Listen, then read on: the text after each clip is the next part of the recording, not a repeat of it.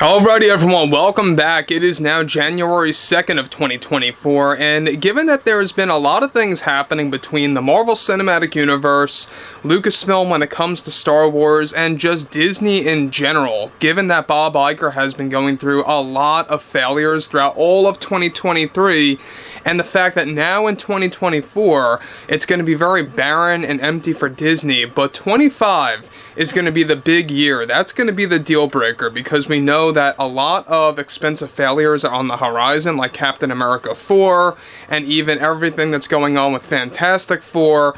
Blade is a 50-50 chance at this point in time. There's a lot of drama surrounding that film.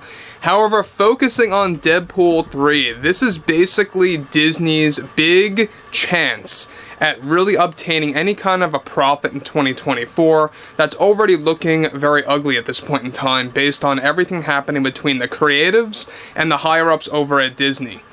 This is Mike Zero. Subscribe if you're new and like this video to see future updates. You can also follow me at Mike01. I thank you also very much for the great and kind support.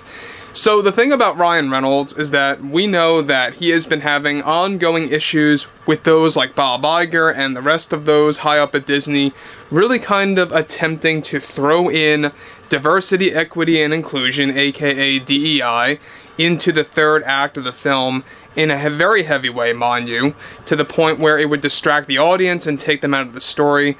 Now, the thing about Ryan Reynolds is that he's been giving Disney these constant ultimatums, standing up against Bob Iger, standing up against those that are pushing all of this nonsense into Deadpool 3. Now, we already talked about how they have been ongoing, trying to establish the phase-out of Wolverine / Hugh Jackman in the third act of the film to replace him with a glorified cameo of a female untitled character in the X-Men universe, so to speak.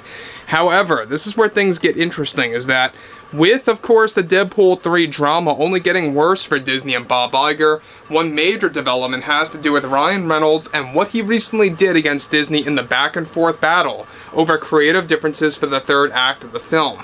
Now, as it turns out, one major piece to this is that Ryan recently took a stand against Bob Iger, where he gave multiple ultimatums involving the third Deadpool film.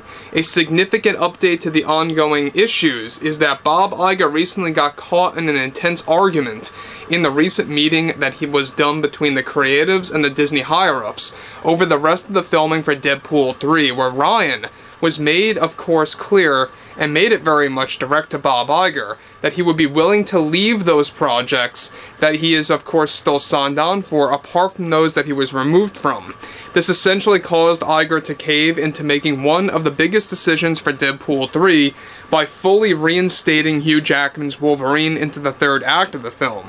Surprisingly, Disney was pushing to cut down on their usage of Hugh Jackman as Wolverine toward the end of the actual movie to replace him with an untitled female cameo from the X-Men characters that would be considered major to fill in the role.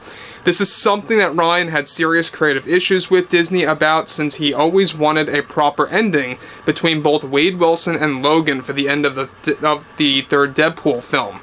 Now, this in turn led to other arguments about the glorified cameo character that would hold many different agendas by Disney, and dialogue that would present those agendas to deliver Disney's message to the audience, something that the writers of Deadpool were very worried about from the start.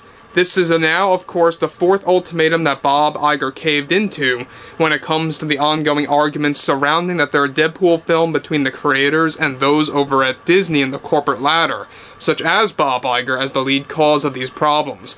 Even Kevin Feige, surprisingly, has been involved in these struggles between Ryan and Iger, and though Kevin remains more lenient to Iger's side, he remains friendly with Ryan to this day. The plan by Ryan was that he was going to walk away from and quit from multiple MCU TV shows as a co-writer that were considered important to Disney that needs Ryan's humor style, and Deadpool for the cameos that will tease everything from Marvel's Phase 7.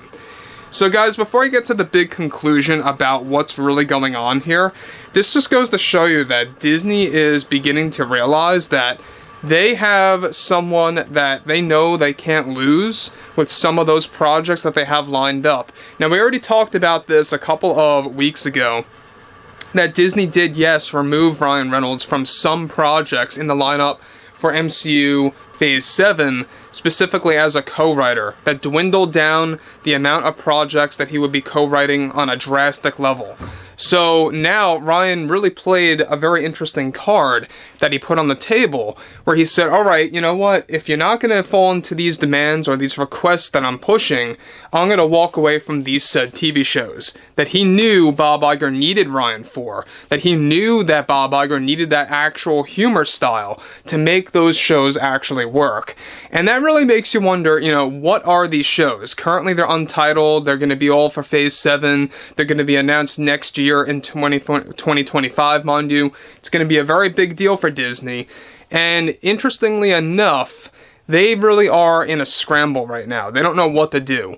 So that's why Iger is caving into Ryan's demands. They know that Deadpool 3 is like the only hope for 2024 and for Disney making a profit in the movie theaters.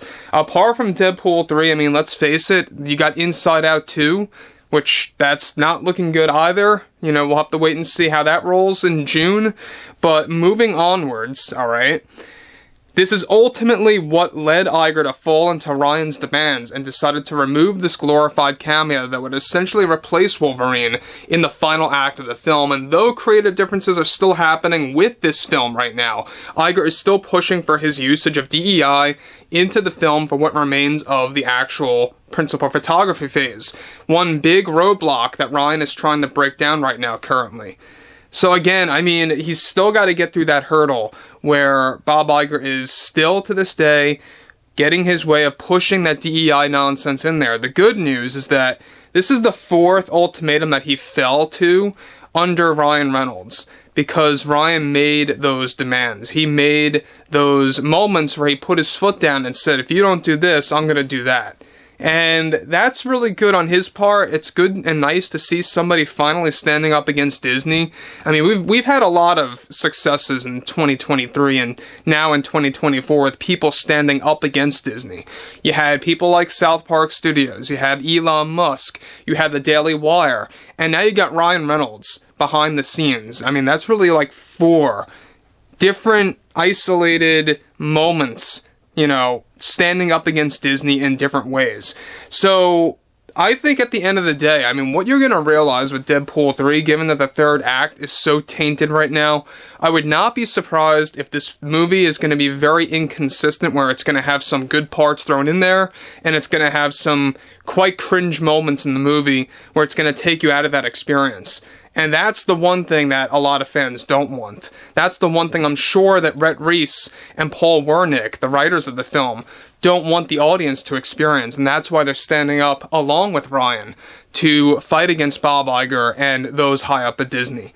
So again, I mean, you know, I would love to hear, you know, what you all have to say about this ongoing problem with Deadpool 3 and what Ryan was able to succeed with standing up against Bob Iger. And if you guys did enjoy the content for today, make sure to drop a thumbs up on this video to support the channel, and I will catch you guys later.